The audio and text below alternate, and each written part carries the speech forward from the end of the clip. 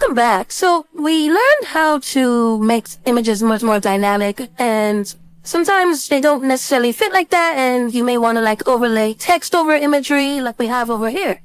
Certain ways we can actually do that and provide like better contrast and make this much more of a successful composition.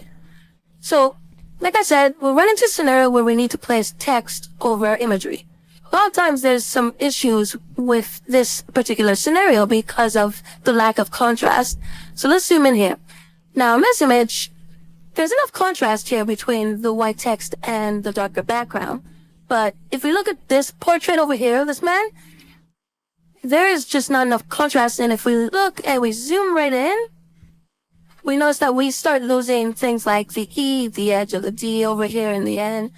So there are ways we can kind of combat that and just make our composition much more better and much more legible. One of the ways we can actually do that is with gradients.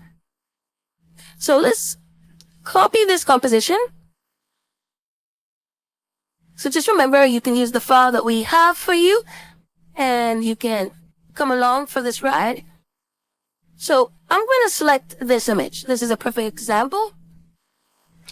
And over here, like we did prior, I'm going to add an actual gradient to the image. You can do it other ways. You can actually add a rectangle with a gradient, but we can do this as well.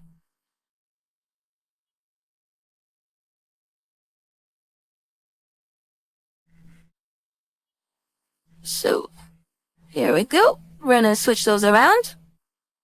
And now for the gradient, we'll just use like a darker color. Like a black. And we'll transition to a black, but there'll be a zero opacity, so we'll be able to actually see the man. So we can do something like this, which is totally fine, and we can read the text properly, but we start to lose what makes this image so good, like the contrast, the colors. We start to lose that with gradients. So what we can do, there's a couple of things we can do here. We can actually decrease the opacity, because you don't necessarily need that much. So you can decrease it, and that would be enough for you to actually read that. We can do the same over here. Actually, this one has a little bit more happening around this image. You see a lot of the foliage, there's a lot more textures, which makes it a little bit more harder to read when there's much more activity.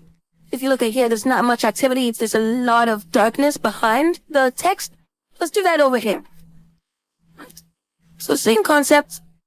This time, instead of flipping it around, we're just going to do that. And perfect. So we can start doing this. So there's consistency. So we have the same color. We have the black that's going right through.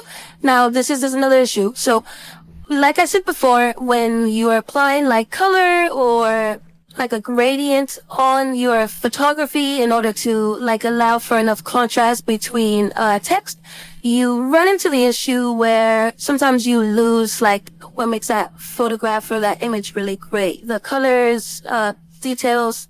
So what we can do is we can remove this one, we're going to delete that, there we go. And we can bring this down, and we can kind of like keep it just to the bottom. So it's kind of cropped, and we still get that gradual darkness to lightness. And we can easily read this in comparison to what it was before. So let's take a look at what we had before. Over here, we can easily read that. Let's just remove that. And over here, it's a little bit harder. So gradients are one way that you can make text over imagery work. If there's a brand color you want to work with, you can display that as well within your gradient. So if it's something like a navy or like a teal, like you can do something like that. So it isn't just like a pure black. There's a little bit more color. You still get great results. So that's something else you can do. Another thing you can do is, let's just copy that. And we're going to Option, Shift, and we're going to just drag that to the other side of our frame. Another thing you can do to create enough contrast in these situations is use a solid color. This can be done in a variety of ways. One way I like doing it is you can select the image, like before, add a fill on top. And instead of a linear gradient, we're just going to go with like a solid fill.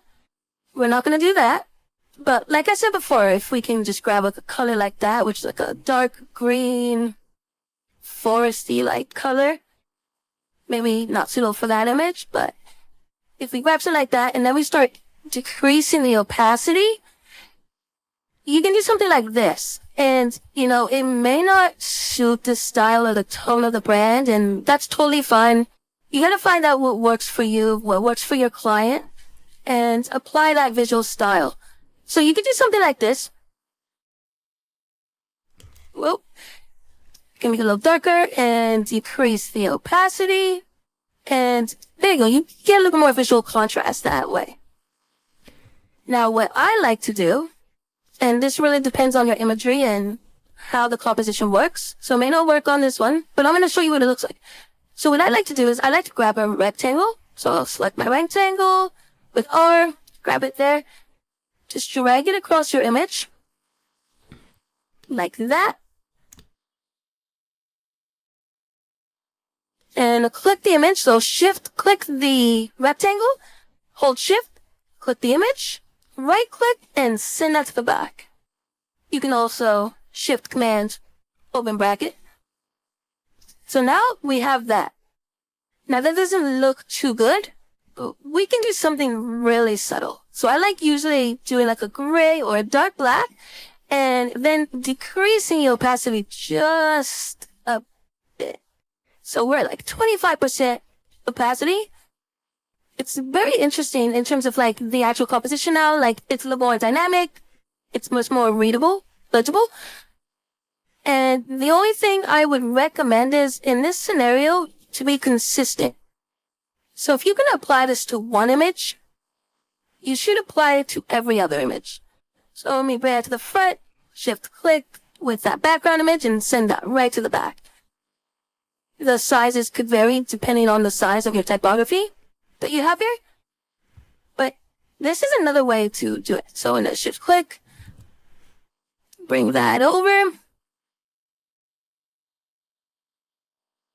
And like I said before, it may not work with an image like this where the focal point is right in the foreground, right in the middle, and it may cover that.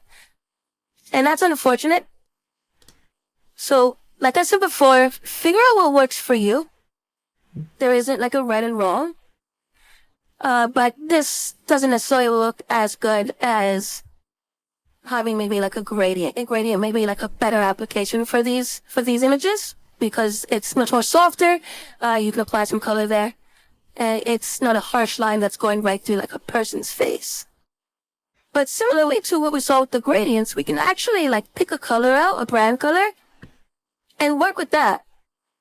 And that just reinforces your brand identity, reinforces your color palette. We can do the same with this. So I'm just gonna grab like a color like that. And there you go. They look a little less static with the black. Black's kind of harsh, even grays are kind of harsh.